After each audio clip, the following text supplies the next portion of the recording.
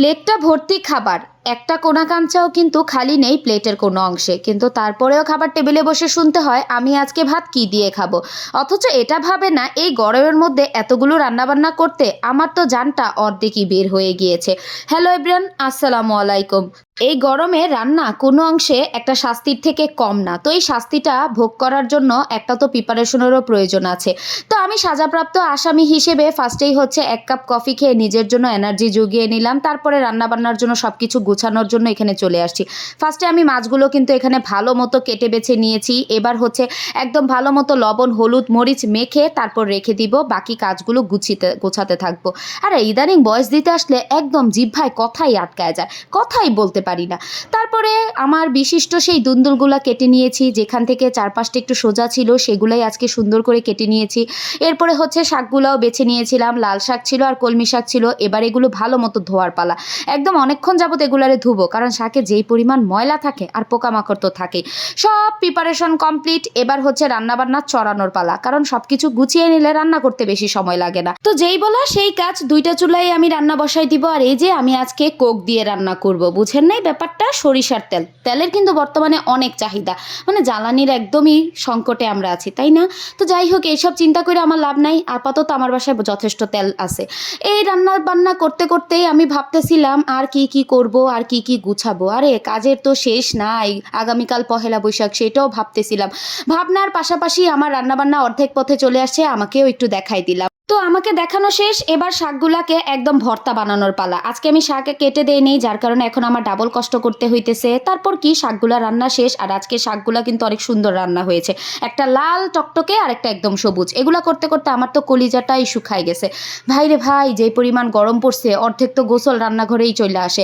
তারপরে মনে হইলো যে না, আমার চেহারাটারও 12টা বাজে গেছে, মানে ঘটনাটা হইতেছে আমার গালগুলা জ্বলতেছে, এই জন্য ঠান্ডা ঠান্ডা তরমুজ গালের মধ্যে একটু ঘষা নিলাম। এবার ঘষা মাজা শেষ, বাকি রান্নায় চলে আসি।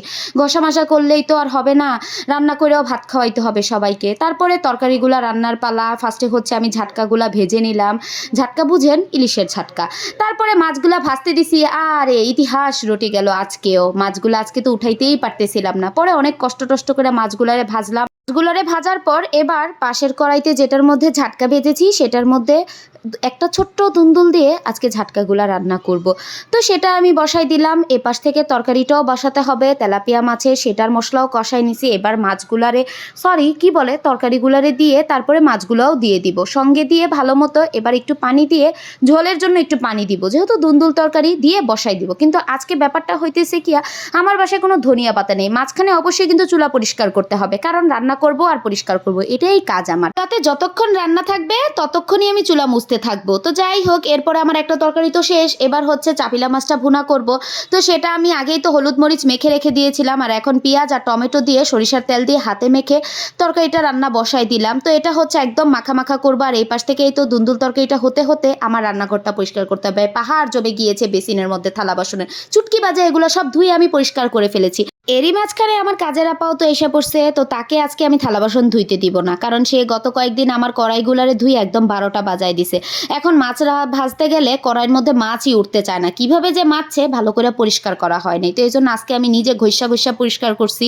তো এই এতগুলো রান্না করতে করতে আমার তো জান্ডা বেহাল অবস্থা হয়ে গেছে। তারপরে খাবার টেবিলে বসে এখন ছেলে বলে আমি আজকে কি দিয়ে ভাত খাবো, তার নাকি এগুলা কিচ্ছু পছন্দ হয় না, তার জন্য মাংস রান্না করি নাই কেন। এই কথা শুন না আমি আজকে আর কিচ্ছু বলিনি, আমি একদম চুপ করে বলছি তোর যা ইচ্ছা তুই সেটা দিয়া ভাত খা, এটা বললে আমি চুপ করে ভাত খাইতে বসে পড়ছি। পরে অবশ্য যা যা রান্না করছি সবগুলা দিয়েই ভাত খাইছে। আর এখানে আমি সিনেমার নায়িকাদের মতো, জি বাংলা স্টার জলসার মতো কিন্তু আমি ভাত খেতে বসিনি সেজে গুজে, এখানে ফিল্টার ইউজ করা হয়েছে, বুঝছেন ব্যাপারটা। আজকের মতো টাটা, বাই বাই।